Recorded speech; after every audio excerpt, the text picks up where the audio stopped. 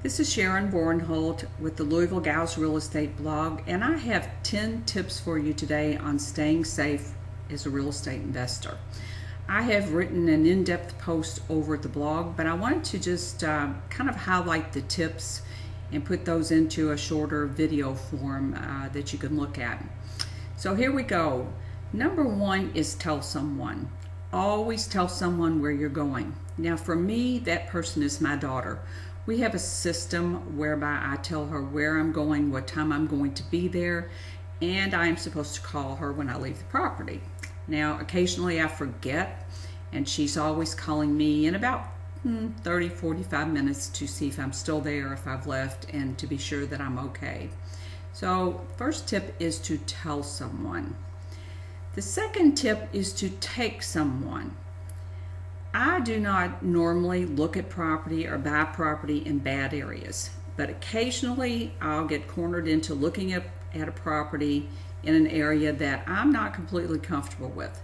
Now this may be from a past client, another seller that I bought property from previously, or it may be a referral from a friend or someone that I know, another client.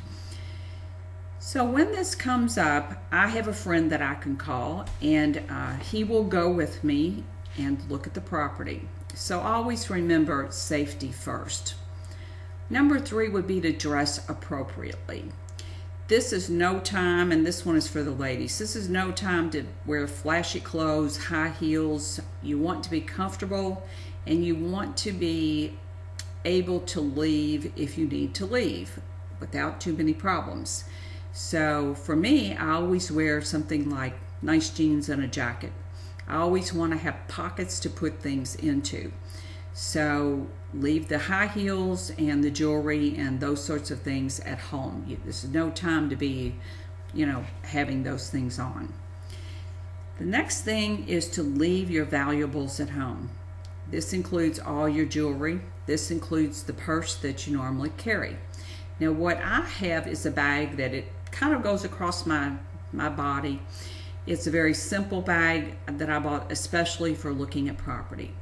It will hold my camera, it will hold a flashlight, I can stick a bottle of water in there, I can stick the essentials in there, but I leave my wallet, I leave my credit cards, I leave all of those things at home or back in the office. So leave your valuables at home. Number 5 is in reference to your car keys and your phone. Always have those on your person. Don't put those in your bag. Once again, if you get into the situation where you feel threatened, feel uncomfortable, there could be a situation where somebody tries to grab your bag. You want to have your car keys and your phone on you. So always have those on your person. The next one is a little bit different, but it's put a lockbox on the property. Now for me, I always get permission to put a lockbox on a vacant property. But I have a little disclaimer here that I only give this code out to people that I know, to other investors that I know, because even if this property needs repairs or needs a lot of work, it may very well still have copper plumbing or something that would be worth stealing. So lockboxes are good, but use them with caution. Now, if you must meet someone, there are some rules you should follow, especially since you're probably not going to know this person other than just speaking to them on the phone. What I do is I stay outside, I'll open the door, and I'll let the person go in. At the very most, I might go in and stand at the door. If I get any feelings, any gut feelings that make me feel uncomfortable, or, well, this is a case of just trust your gut, then I will stay outside, or I will even possibly go in my car if it's cold outside. Let the person go through the house.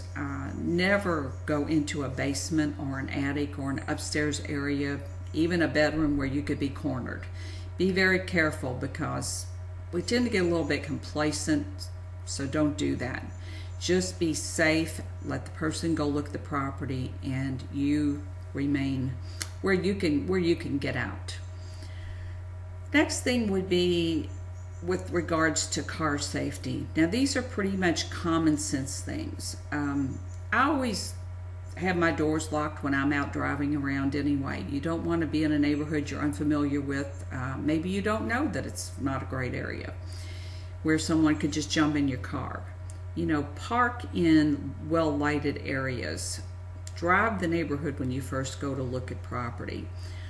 There's just some basic tips that you should follow for car safety. One of my big tips is don't pull in the driveway first. Don't get blocked in anywhere where you can't get out. The next tip would be to guard your personal information. Now, it was big a few years ago to put your kids' pictures on your marketing materials, to have these fancy glamour shots. Don't do that. You want to be known for your professionalism and for your business. You don't need those glamour shots and things like that that could make you a target. Wear conservative clothes when you do up your marketing materials, and only put your business number, your cell phone number on those things. Guard your personal information. You know, this is just not a time most people want to, display their family all over their business materials. I know some real estate agents do that, and maybe they're a couple working together and they want to portray themselves as a family person. That might be okay, but for women who are real estate investors, you want to keep it all business and check the personal information at the door. So guard your personal information and don't share too much. And last but not least is don't get too comfortable. It's easy to get comfortable in this business, and it seems to happen over time that you become more trustworthy, that you find yourself letting your own rules slip. So don't do that. Be safe, follow some common sense rules, and if you want to read more about this topic, as I said, I've written an in-depth blog post over at the blog, LouisvilleGalsRealEstateBlog.com. And I'll put a link in there, so check back for more tips and things to help you run your business safely and successfully. This is Sharon Bornholt.